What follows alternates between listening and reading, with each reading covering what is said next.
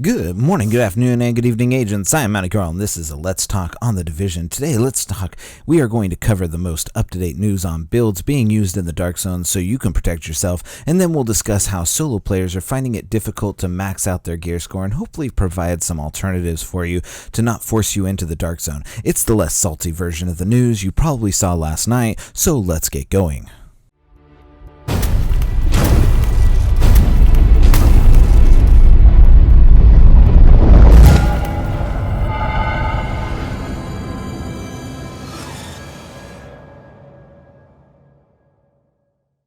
Alright, agents, we have some breaking news and some game-breaking news to talk about before we get into our solo discussion, and that is what builds are currently being used in the Darkzone. Making sure you have the current, most up-to-date information in the Darkzone is what we want to do, and we want to make sure you know what is being used so you can either avoid going in there until it's fixed or go in and enjoy it while these builds exist, because I can't see either of these remaining for too long as they are extremely powerful and possibly game-breaking for PvP. There is currently nothing in the known issues over on the Ubisoft forum about these, so they will remain the status quo for a couple weeks at least.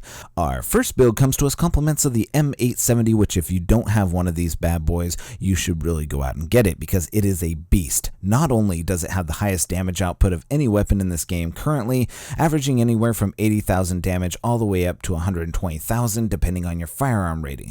This shotgun is the key to the build, being able to produce enough damage to bring down most tacticians in a couple of shots or a regular person with a single shot.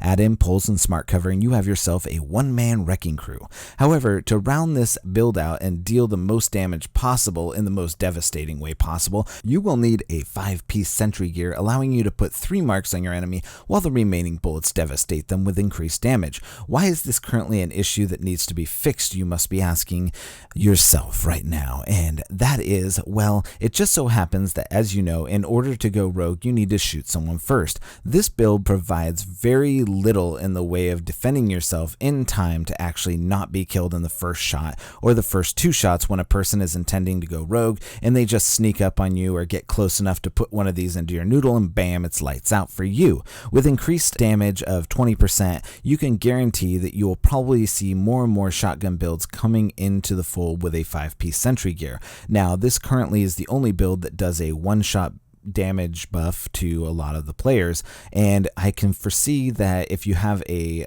semi-automatic shotgun or something like that that does more damage, that the builds are going to just go off the charts. So our second build also requires you to have a 5-piece set, but just not to wear it. This is also a bug, and the game-breaking bug I was telling you about at first. This is the Deadeye set build, and it is bugged, and it works with the marksman rifle. If you have a great marksman rifle, you can get an insane amount of damage out of it. The higher the damage, the more devastating this build will be. The bug activates itself when you are wearing 4 pieces of the gear and you switch to that 5th piece, so you have 4 pieces of Deadeye and one of your slots has another Deadeye in it. So what you want to do is just switch to that next Deadeye from one of your other ones and it will activate the glitch, thinking that you are wearing 4 pieces of Deadeye while not wearing 4 pieces of Deadeye, and allowing you to activate that headshot damage multiplier, which is very devastating if you have it. As you can see here, I'm getting well over 200,000, almost 300,000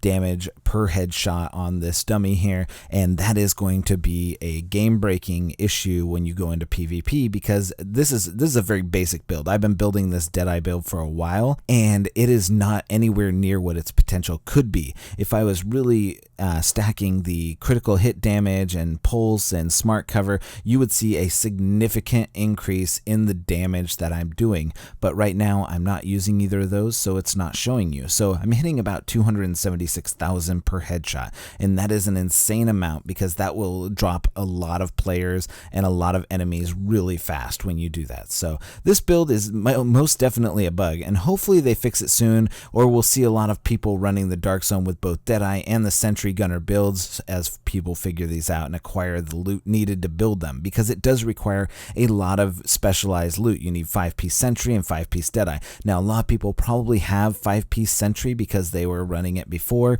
but it's going to be lesser. But once people start gathering the 268 sentry gear, you're going to see a lot more damage coming out of this. So why am I telling you about the Darkzone? Well, I've been reflecting, and while I and some of the guys that I've played with, we have a good group, and I recently ran into several newer people who I've kind of inducted into the Mountie squad, and I brought them in because they were very cool. They sent me invites, and I ignored them for a little while because I have my own group that I play with on a regular basis, but occasionally I like to play solo. And while I was playing solo, I took some invites from a lot of these people, and I was able to talk with them, and they spoke fairly candidly about the underground and how they wanted to progress in some sort of fashion, but they would need to matchmake, and they just couldn't find people nice enough, or they just couldn't find a good group that would be able to beat heroics, and they feel that they'd rather play the game solo anyways. And I understand this issue. Occasionally I want to play the game solo, and Massive needs to recognize the solo player community.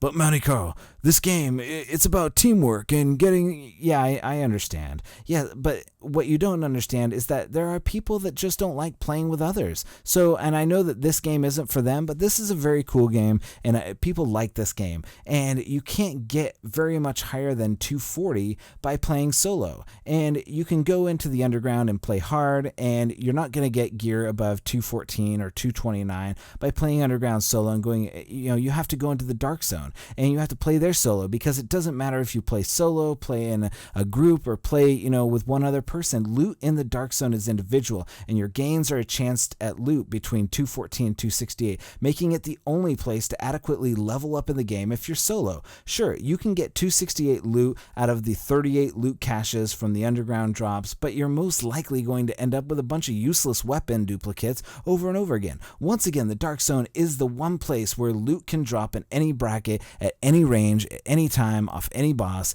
and they are forcing people to go in there, especially solo players, and they would need like a solo Darkzone where people aren't running in groups, where people are just running solo, or they need, they really need to solve this issue, because people are just going to continue to leave the game until it's dead, and the only people you're going to have left are the four-man teams that are just taking up entire servers. They're running around looking for people to go rogue on, and there's nobody there. It's going to be a barren wasteland eventually, and if this doesn't change, and they need to fix it. The underground was supposed to be the great equalizer, but once again we notice that solo players are being forced into DC by Massive, yet the Darkzone is made for groups, and once again the solo player has been alienated by Massive to no end, and once again the hopeful beacon of light that made it so that solo players could reach the max gear score no longer is a reality. I'm very sorry to say that, but you cannot adequately get relatively good 268 gear, or at least enough to go ahead and get the max gear score. You have to matchmake, you have to try, you have to go into the DZ, and you have to do a lot of things that aren't fun for the solo player. You need a solo fun mode where, whether it's, I'll talk about some of the stuff on how I think it should fix. And that is, the real question is, how do we fix this? How do we fix the plight of the solo player? And I personally don't know. It could be a series of special missions once a week that take time to complete. And once you complete it, you get 3 pieces of 268 or something like that. And it could be done once a week. It could be a token system that I keep hearing about. If you haven't heard about this, what it is that Massive is thinking about, instead of dropping gear at the end of missions, you could get tokens, and these tokens could be redeemed at a gear vendor for different gear for 268, 240, depending on how much you have.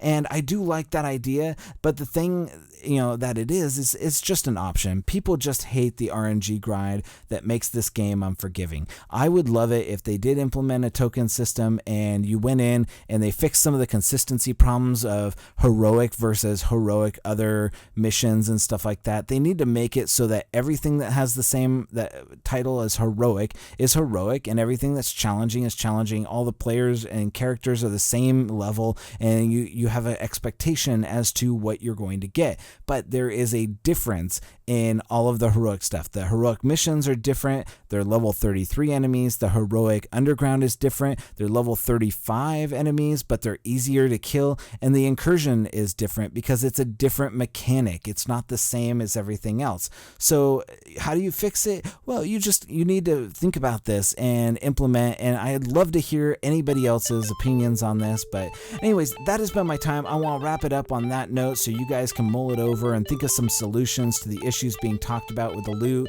target or token system, unbalanced builds allowing one-shot kills in the Darkzone, and how to fix the issues with people who want to play solo. Give me your opinions, put them down in the comments. If you found this video to be helpful, please drop a like on it, help us out, and consider subscribing to our channel for the latest on the Division. We are trying to move away from glitches and the focus more on Division news and Let's Talk and more of these so that you guys can get more of the information that you really want. But I'm going to keep you up to date on the glitches and stuff like that as much as possible because they are helpful to post and get fixed.